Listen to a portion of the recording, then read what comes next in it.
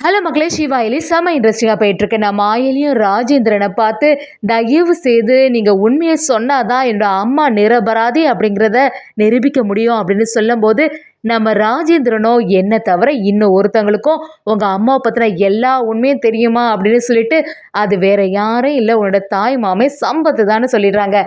நம்ம ஆயிலையும் செம அதிரடியாக சம்பத்தை கண்டுபிடிச்சது மட்டும் இல்லாமல் அவங்க அம்மா அர்ச்சனா உயிரோட இருக்கக்கூடிய விஷயத்தை தெரிஞ்சுக்கிட்டாங்கன்னே சொல்லலாம். வீடியோக்குள்ள போறதுக்கு முன்னாடி நம்ம சேனலுக்கு சப்ஸ்கிரைப் பண்ணுங்க, அப்படியே பக்கத்துல இருக்க பெல் ஐக்கானை கிளிக் பண்ணிருங்க. அப்பதான் நான் போடுற வீடியோலாம் உங்களுக்கு நோட்டிபிகேஷனா வரும். நம்ம அயலி ராஜேந்திர கிட்ட, ஏன் மாமா என்னை பார்த்த உடனே இப்படி பயந்து ஓடுறீங்க, உங்களால எனக்கு ஒரு உதவி செய்ய முடியுமா அப்படின்னு சொல்லும்போது, நம்ம ராஜேந்திரனும் ரொம்பவே பதட்டமா இருக்கிறத கவனிச்சு அயலியும், என்னை பார்த்தா டென்ஷன் ஆறீங்க, இதுல இருந்தே தெரியுது உங்களுக்கு என்னோட அம்மா பத்தின ஏதோ ஒரு விஷயம் தெரிஞ்சிருக்குன்னு சொல்லிட்டு, எதுனாலும் என்கிட்ட தயங்காம சொல்லுங்க, எங்க அம்மாவை எல்லாருமே தப்பா பேசுறாங்க, நீங்களே இப்போ சமீபத்துல நடந்தது எல்லாத்தையுமே தெரிஞ்சிருப்பீங்கல்ல அப்படி சொல்லும்போது, ராஜேந்திரனும் ஆமா அயலி எனக்கு நல்லாவே புரியுது, உங்க அம்மாக்கு மேல எந்த தப்புமே இல்லை எனக்குன்னு தெரியும் அப்படி சொல்லும்போது, நம்ம அயலியும் சரி உங்களுக்கு தெரிஞ்ச ஏதாவது ஒரு உண்மைகள் எல்லாத்தையுமே என்கிட்ட சொல்லுங்க, அது எனக்கு உதவியாவே இருக்குன்னு சொல்றாங்க. ராஜேந்திரனும் என்னால எதுவுமே இந்த நிலைமையில சொல்லவே முடியாதுமா அப்படின்னு சொல்லிட்டு அழ ஆரம்பிக்கிறாங்க.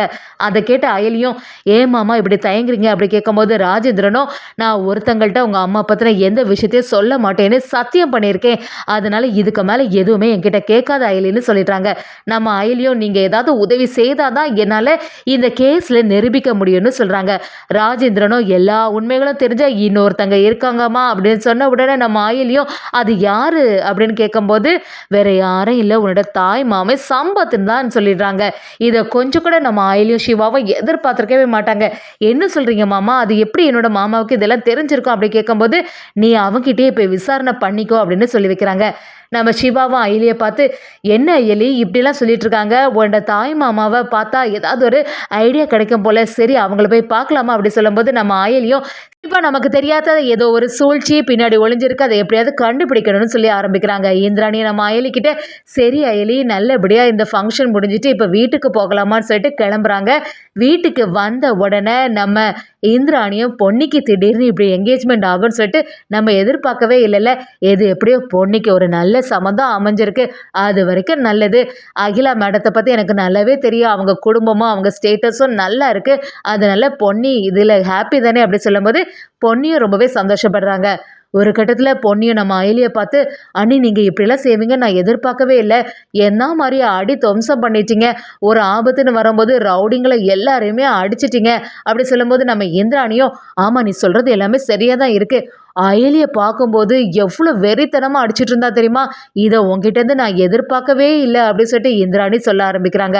அயலியும், என்ன சொல்கிறீங்க நீ, நான்லாம் ரொம்ப பயந்து போய் இருந்தேன், நான் இந்த மாதிரியெல்லாம் பட்ட ஆளே கிடையாது, கொஞ்ச நேரத்துக்கு என்ன நடந்துன்னே எனக்கு தெரியலை அப்படின்னு சொல்லி ஆக்டிங் கொடுக்க ஆரம்பிக்கிறாங்க. அதை கேட்ட கபிலனும், இவளுக்கா எதுவும் தெரியாது, இவெல்லாம் அடித்ததை பார்த்தா இவ தான் அதிகாரின்னு எனக்கு நல்லாவே புரிஞ்சு போச்சு, இவ என்ன மாதிரி நடிக்கிறாமா அப்படின்னு சொல்லிட்டு நம்ம கபிலனும் யோசிக்கும் போது, அயலியும் வேணும்னா ரித்திகா கிட்ட கேட்டு பாருங்க, நான் வீட்டில் இருக்கும்போது ஒரு கருப்பாம்பூச்சி கூட பயப்படுவேன் அப்படின்னு சொல்ல ஆரம்பிக்கிறாங்க. அதை கேட்ட ரித்திகா பயங்கர டென்ஷன் ஆகிட்டு இருக்காங்க.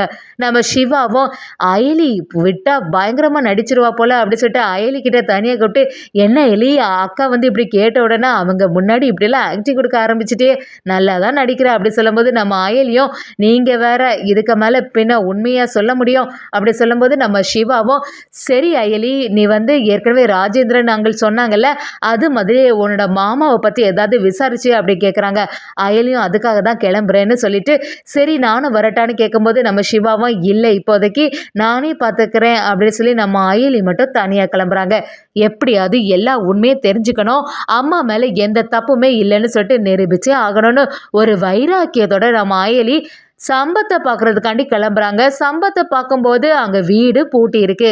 வீடு பூட்டின உடனே, என்ன மாமாவை இங்கே காணலையே, எங்கே போயிருப்பாங்க அப்படின்னு சொல்லிட்டு குழம்பி போய் நிற்கும்போது, சரி பக்கத்தில் உள்ளவங்கள்ட்ட விசாரணை பண்ணலான்னு சொல்லிட்டு பக்கத்தில் வீட்டில் உள்ளவங்கள்ட்ட கேட்கும்போது, அவங்களும் என்னம்மா நீ சொல்கிற, யார் அவங்க அப்படின்னு கேட்கும்போது, அது என்னோட தாய் மாமா தான் அப்படி சொன்ன உடனே, தாய் மாமான்னு சொல்ற. இவங்க வந்து வீட்டை காலி பண்ணி 1 மாசம் ஆகுதேன்னு சொல்றாங்க. அயலியும் அப்படியே என்னவா இருக்கும்? எதுக்கு மாமா நம்மகிட்ட கூட ஒரு வார்த்தை சொல்லாம இந்த வீட்டை விட்டு வெளியில போயிருப்பாங்க. சரி எதுக்கோ ஃபோன் கால் பண்ணி பார்ப்போம்னு சொல்லிட்டு ஃபோன் கால் ட்ரை பண்றாங்க. சம்பத் எடுத்த மாதிரி இல்ல. மாமாவோட ஃபோனும் சுவிட்ச் ஆஃப்னு வருது. எங்க போயிருப்பாங்க அப்படின்னு அயலி குழப்பத்திலே இருக்காங்க. நம்ம சிவாவும் அயலியை பார்த்த உடனே, அயலி என்ன நீ இது உன்னோட மாமாவை பார்த்துட்டியா? மாமாவை பார்க்க போறேன்னு சொன்னல, என்னாச்சுன்னு கேட்கும்போது நம்ம அயலியும், இல்லை நான் வந்து போய் பார்க்க போனேன். ஆனால் அவங்களோட வீடு எல்லாம் பூட்டி இருந்து எங்கே போயிருப்பாங்கன்னு தெரியல. ஃபோன்லேயும் ட்ரை பண்ணி பார்த்தேன். ஆனால் ஃபோனை எடுத்த மாதிரி இல்லை அப்படி சொல்லும்போது நம்ம சிவாவை என்ன சொல்கிற அயலி? உங்ககிட்ட கூட ஒரு வார்த்தை சொல்லாமல் இடத்த விட்டு போயிட்டாங்களா அப்படி கேட்கும்போது அயலியும் அதை தான் நானும் யோசிச்சிட்டே இருக்கேன். ஆனால் மாமாவை பார்த்தா தான் நமக்கு ஒரு ஐடியா கிடைக்கணும்னு சொல்ல ஆரம்பிக்கிறாங்க. சரி உங்கள் மாமா இந்த டைமில் எங்கே போயிருப்பாங்கன்னு சொல்லிட்டு உனக்கு ஏதாவது ஒரு யோசனை இருக்கா அப்படி கேட்கும்போது அயலி ஒரு விஷயத்தையும் யோசிச்சு பார்க்கும்போது அன்னைக்கு நம்ம மாமாவை ஒரு ஹாஸ்பிட்டலில் பார்த்தோமே, அதுவும் அந்த டைமில் நம்மளை பார்த்த உடனே பயங்கர டென்ஷனில் இருந்தாங்க. யாரை பார்க்கறதுக்கு வந்திருப்பாங்களா இருக்கும் அப்படின்னு சொல்லிட்டு நம்ம அயலி ஏதோ ஒரு யோசனை இருக்காங்க. நமக்கும் அந்த ஹாஸ்பிட்டலுக்கும் ஏதாவது ஒரு சம்மந்தம் இருக்குமோ அப்படின்னு அயலி சந்தேகப்பட்டு அந்த ஹாஸ்பிட்டலுக்கே மறுபடியும் திரும்பி போகிறாங்க. சரி மாமாவை பற்றி ஏதாவது ஒரு டீட்டெயில் அங்கே விசாரிச்சா தெரியும்னு சொல்லிட்டு அங்கே உள்ளவங்ககிட்ட விசாரணை பண்ண ஆரம்பிக்கிறாங்க. அந்த இடத்துல நம்ம அயலி கிட்ட, ஆமா அந்த சம்பத் வந்து அடிக்கடி இங்க ஒரு பேஷண்ட்டை பார்க்க வருவாங்க. இப்போ வந்து அவங்க இல்லை அப்படின்னு சொல்லிடுறாங்க. அயலியோ என்ன சொல்றீங்க? எந்த பேஷண்ட் அப்படின்னு கேட்கும்போது எல்லா விஷயமும் தெரிய வருது. ஒரு கட்டத்துல சம்பத் அடிக்கடி இந்த இடத்துல யாரோ ஒரு பேஷண்ட்டை பார்த்துருக்காங்க. சரி அவங்கள வந்து டிஸ்சார்ஜ் பண்ணி கூட்டிட்டு போயிட்டாங்க அப்படிங்கிற விஷயம் எல்லாமே நம்ம அயலிக்கு தெரிய வருது. அது யாரா இருக்கும்? எப்படியாவது அவங்கள கண்டுபிடிக்கணும்.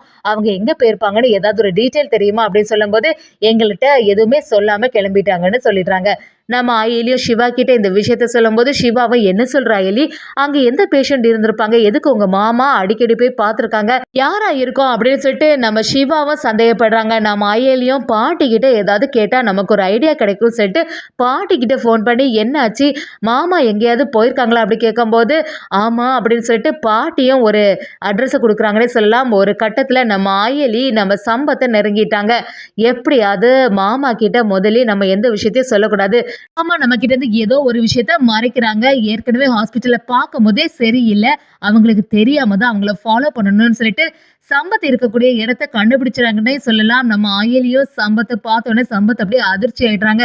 என்ன எலி இந்த பக்கமா வந்திருக்க அப்படி கேட்கும்போது அயலியோ, மாமா ஒரு வார்த்தை கூட சொல்லாம எதுக்காக நீங்க இங்க வந்திருக்கீங்க, என்ன விஷயம்னு கேட்கும்போது சம்பத்தை சமாளிக்க பாக்குறாங்க. நம்ம அயலி அதை நம்புற மாதிரி இல்லை.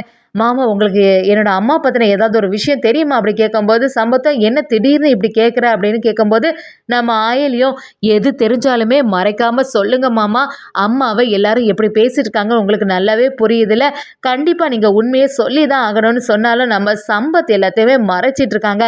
ஆயிலியும் இந்த வாட்டி விடுற மாதிரி இல்லை. நம்ம அர்ச்சனாவை கண்டுபிடிக்கிறதுக்காக தயாராகிட்டாங்கன்னே சொல்லலாம். ஒரு கட்டத்தில் அர்ச்சனா உயிரோடு இருக்கக்கூடிய விஷயம் நம்ம அயலிக்கு தெரிய வருதுன்னே சொல்லலாம். என்னதான் இருந்தாலும் கூடிய சீக்கிரத்தில் அர்ச்சனாக்கு மேலே எந்த தப்பும் இல்லை, அவங்க நிரபராதின்னு சொல்லிட்டு நிரூபிக்க போகிறாங்கன்னே சொல்லலாம்.